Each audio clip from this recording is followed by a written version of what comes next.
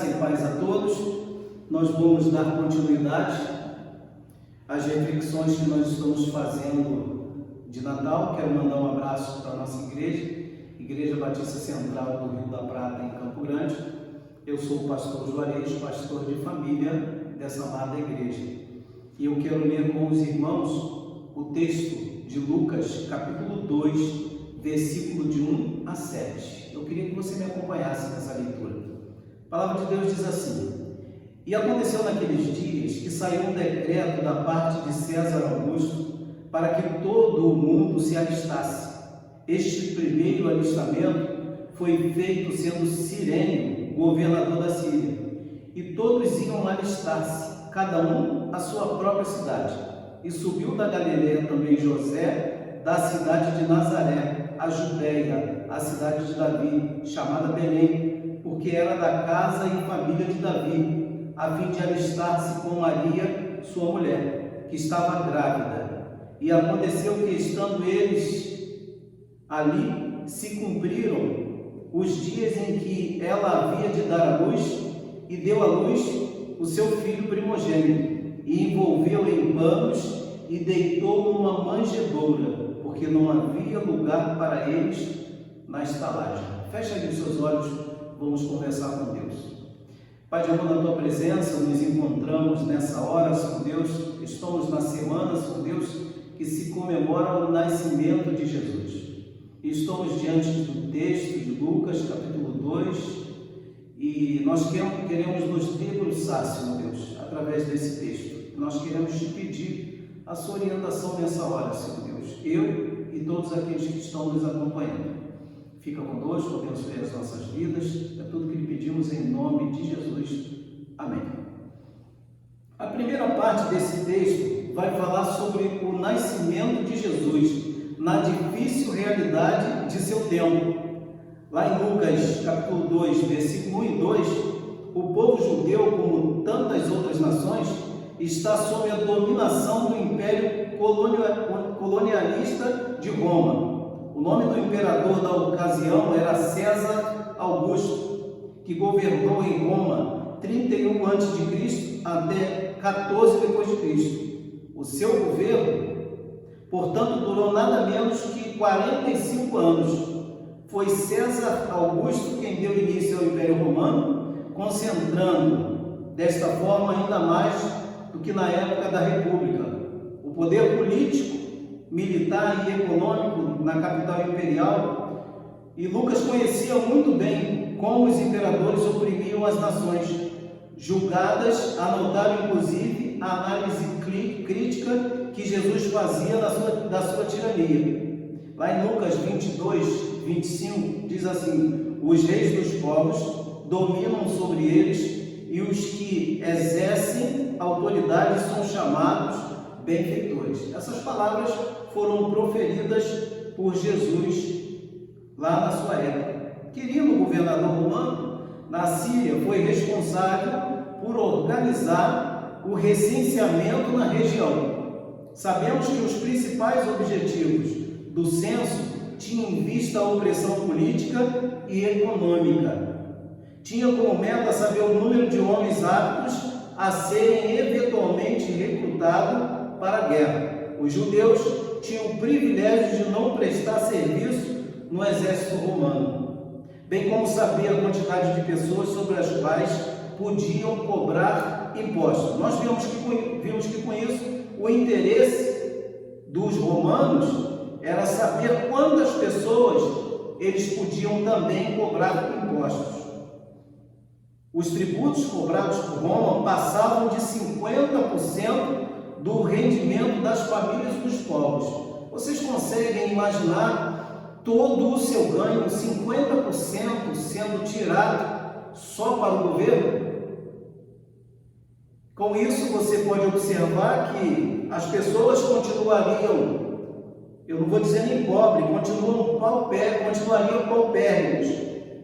Porque se você ganha 100% e 50% é tirado para um governo, você vê a condição que você fica nessa situação. Então nós vimos que na época do recenseamento, o povo era oprimido, era pelo Império Romano. Dessa forma, Roma, além de ser o centro da dominação imperialista, tornava-se também um grande centro de acumulação de riqueza. Podemos imaginar 50% da renda de cada cidadão daquele local entregando diretamente para César.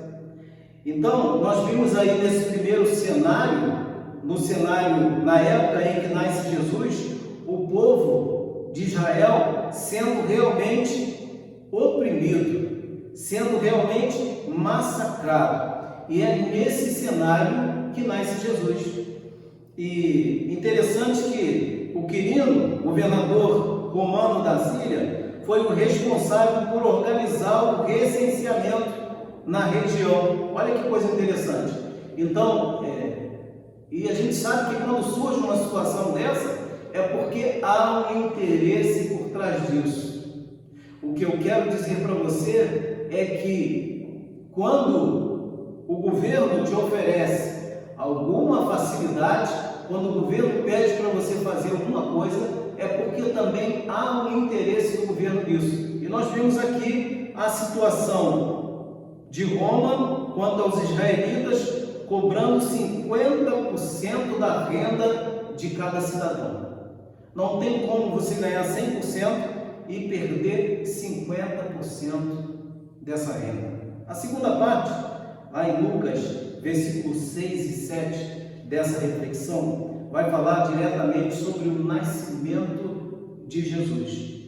O nascimento de Jesus demonstra a sua divindade. Anjos disseram a Maria, lá em Lucas capítulo 1, 26 e 38, e a José, lá em Mateus 1, 18 e 23, que seu filho, o Filho do Altíssimo, era mais do que apenas um filho. Antes, ele seria o Filho unigênito de Deus. É uma coisa interessante, irmãos. Foi José e Maria entender isso, que aquele ser, que aquela criança não era propriamente dita deles, que aquele pai era um pai que adotou Jesus como pai, mas a grande realidade, Jesus era o Filho do Deus vivo. João 3,16. Chamando apropriadamente Emanuel, ou seja, Deus conosco, lá em Isaías 7,14. E Jesus reinaria sobre a casa de Jacó, reconstruída, lá em Lucas fala sobre isso, desde que ele receberia quem quer que o temesse e fizesse o que é reto. Essa casa consistia nos judeus e nos gentios.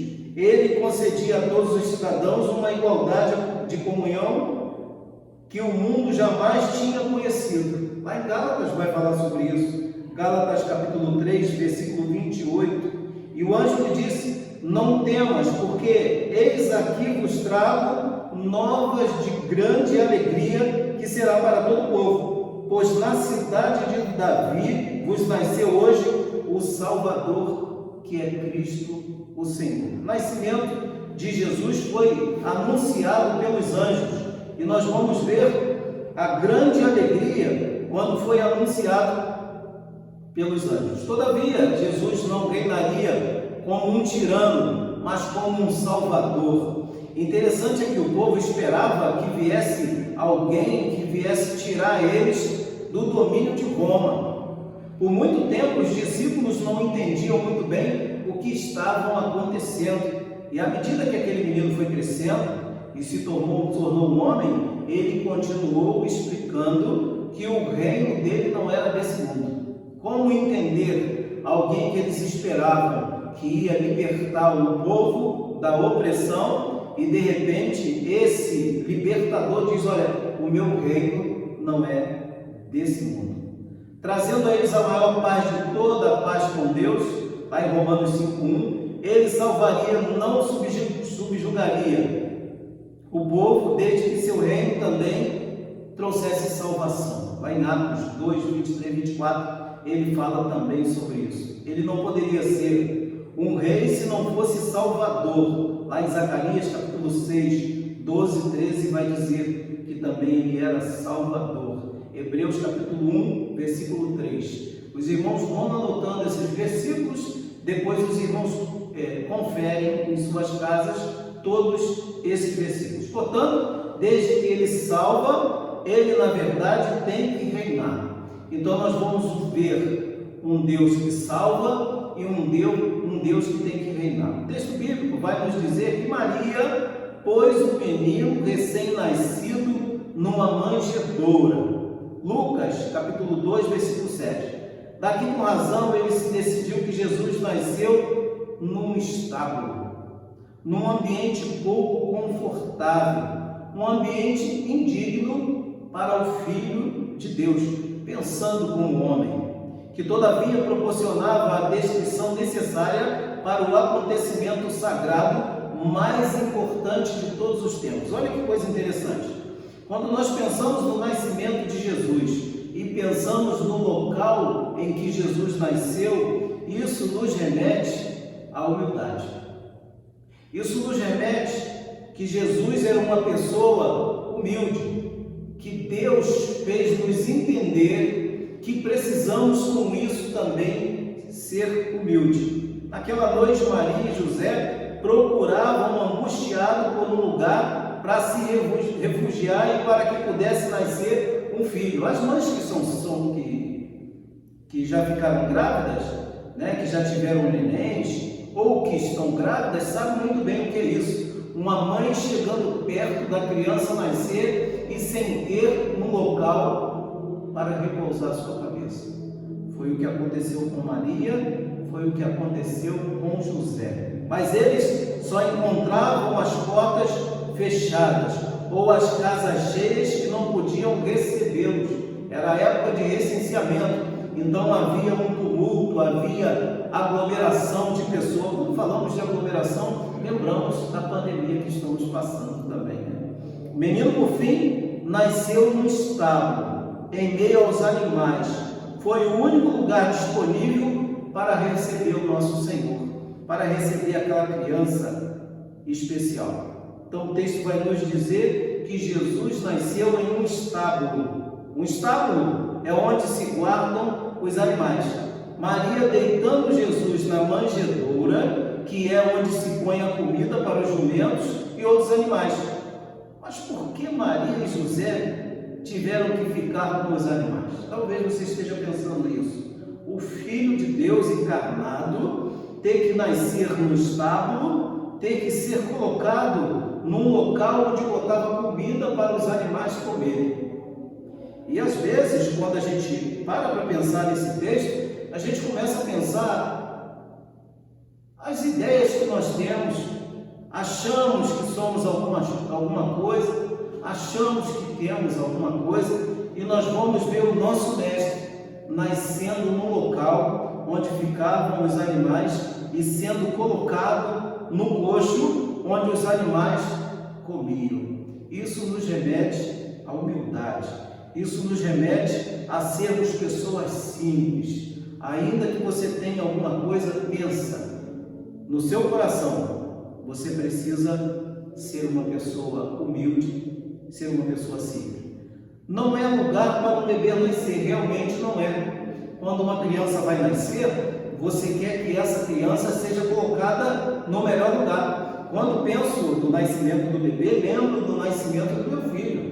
Nós compramos lá o berço dentro das nossas condições, botamos um bom colchão, forramos com um bom lençol, e quando aquele menino chegou, todo aquele berço estava preparado, em volta todo protegido, mosquiteiro para que o mosquito não pousasse naquela criança e não sugasse o sangue daquela criança. Então havia uma grande preocupação. Nós temos visto mamães aí comprando berços caríssimos para os seus filhos, e nós vamos ver Jesus nascendo naquele lugar, um lugar onde ficavam os animais, e sendo colocado no lugar onde se alimentava os animais. Isso tem que trazer para a gente alguma coisa de diferente em nossas vidas. E a pergunta que eu te faço no dia de hoje é: como você está vivendo com Jesus? Você está vivendo com Jesus de tal forma que, se Jesus estivesse aqui, se agradaria da vida que você tem vivido? Pense nisso, meu amigo, pense nisso, minha irmã. Não é um lugar de um bebê nascer. Você deve estar se perguntando, realmente não. Mas eles estão ali pelo seguinte: o governante de Roma, César Augusto, fez uma lei que todos tinham de voltar à cidade natal para registrar seu nome no livro. Recenseamento. Bem, José nasceu em Belém, mas quando chegou ali com Maria, não havia mais nenhum quarto para eles. Por isso, foram ficar com os animais e no mesmo dia, Maria teve Jesus. Você imagina a preocupação de Maria, porque toda mulher sabe quando seu filho está nascendo. Toda mulher sabe quando está perto de nascer aquela criança. Não existe uma mulher que diz assim, eu não sei quando o meu filho vai nascer, mas quando vai chegando perto, começam as preocupações, as contrações aumentam e diminuem, e aquela mulher já começa a observar que aquela criança vai chegar a qualquer momento. Eu fico imaginando Maria preocupada o que faria com o nascimento do seu bebê. Talvez você esteja pensando, poxa, Jesus, o Filho de Deus, poderia ter nascido numa grande mansão naquela época, mas quis o Senhor que Jesus nascesse num estábulo e fosse deitado em uma manjedoura. Às vezes, as pessoas querem ser e ter tantas coisas. E vemos aí o Salvador do mundo, o Criador, nascendo em um estábulo. Isso deve nos preocupar, deve nos remeter a pensarmos como estamos vivendo a nossa vida. Semana de Natal, semana de reflexão, quando comemoramos o nascimento de Jesus Cristo. Como você está vivendo a sua vida? Como você está vivendo com os seus? Como você está vivendo o Evangelho de Cristo? Já que essa semana estamos comemorando o nascimento de Jesus. Mas hoje, Ele quer nascer, sabe onde? No seu coração. Naquele dia Ele nasceu na manjedoura, mas hoje Ele quer nascer no seu coração. A melhor manjedoura para Jesus hoje é nascer no seu coração. Deixe que Ele nasça no seu coração. Talvez nesse momento você esteja se perguntando, mas será que Jesus quer nascer no meu coração realmente? E eu quero te dizer que hoje, se você deixar, Ele pode nascer no seu coração. E esse coração duro, cheio de mágoas, ressentimentos, preocupações do dia a dia, eu repito, sim, Jesus quer nascer no seu coração. Assim como nasceu no meu, nasceu no coração dos irmãos, nasceu no coração do Vinícius, Ele quer nascer no seu coração. Basta apenas que você permita que Ele venha a nascer no seu coração. Ele não vai te acusar, Ele não vai te condenar. A única coisa que Ele precisa é que você permita que Ele nasça aí no seu coração. Você está disposto hoje, semana alusiva ao Natal, comemorando o nascimento de Jesus, deixar com que Jesus nasça na sua vida, no seu coração? Porque nós vemos que quando Jesus nasce na vida do homem, quando o homem aceita Jesus e deixa Jesus nascer no seu coração e recebe o Espírito Santo de Deus, aquele homem passa a ser um homem diferente, aquela mulher passa a ser uma mulher diferente. Não tem por que estudarmos, não tem por que nos debruçarmos no texto do nascimento de Jesus, se não pararmos para ver por que Jesus nasceu. Jesus nasceu para salvar a mim, salvar você. Então deixe que hoje Ele venha a nascer no seu coração. E terminando, quem sabe o seu coração não se encontra nesse momento como essas casas por aí afora, cheia de orgulho. Se há uma coisa que atrapalha com que Jesus venha nascer em nosso coração, é o orgulho. O orgulho atrapalha o homem de caminhar. O orgulho atrapalha o homem de crescer física e espiritualmente. Outra coisa que atrapalha o homem de crescer é a soberba. Quando nós somos soberbos, as nossas vaidades, isso atrapalha o crescimento espiritual. Isso atrapalha de Jesus nascer em nosso coração. O ódio, as mágoas, tudo isso atrapalha o crescimento de Jesus em nosso coração. Se o seu coração hoje está fechado, trancado em si mesmo, eu te peço em nome de Jesus, comemorando o nascimento dele, que você deixe que Jesus venha a nascer no seu coração. Hoje é dia de abrir o coração. Seu coração está fechado? Abra o seu coração para Jesus e deixe com que ele venha a nascer no seu coração. Abra a sua casa para Jesus. Talvez você esteja preparando uma ceia muito linda, mas talvez você não tenha convidado o aniversariante para fazer parte da sua família. Abra o seu coração, deixa Jesus nascer no seu coração, deixa Jesus nascer em sua casa, deixa que o Senhor nasça na manjedoura do seu coração. Parece poesia, mas não é poesia. O que eu estou te pedindo nesse momento é que você deixe Jesus nascer no seu coração. Jesus não tinha um lugar onde nascer, mas o Senhor providenciou que Jesus nascesse naquela manjedoura. E hoje ele tem um lugar para nascer. Ele quer nascer no seu coração. Não deixe que a condenação se aposse de você. Não deixe que a culpa se aposse de você. Jesus veio para os pecadores, então ele veio para mim e veio para você também. Você pode se alegrar porque a manjedoura do seu coração está suja, contaminada? Jesus vai limpar. Basta apenas que você venha a deixar Jesus limpar o seu coração. Lembre disso. O nascimento de Jesus teve um propósito. Ele veio ao mundo para salvar a minha vida e a sua vida também. Então aceite a Jesus como Salvador e deixe com que ele venha nascer no seu coração.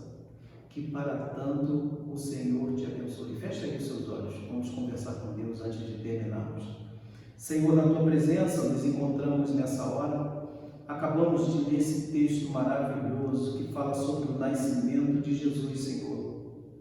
Eu quero te pedir em nome de Jesus, toca nos corações daqueles que estão nos assistindo, Senhor, e com que eles venham permitir, Senhor, que Jesus venha nascer no seu coração. Naquele período, Jesus nasceu lá naquela manjedoura, foi colocado naquela manjedoura, mas hoje, Jesus quer nascer em cada coração, em nome de Jesus. Toca nas vidas, toca nos corações, Senhor Deus, para que as pessoas possam entender o verdadeiro sentido do Natal. Fica conosco, é tudo que lhe pedimos em nome de Jesus. Amém.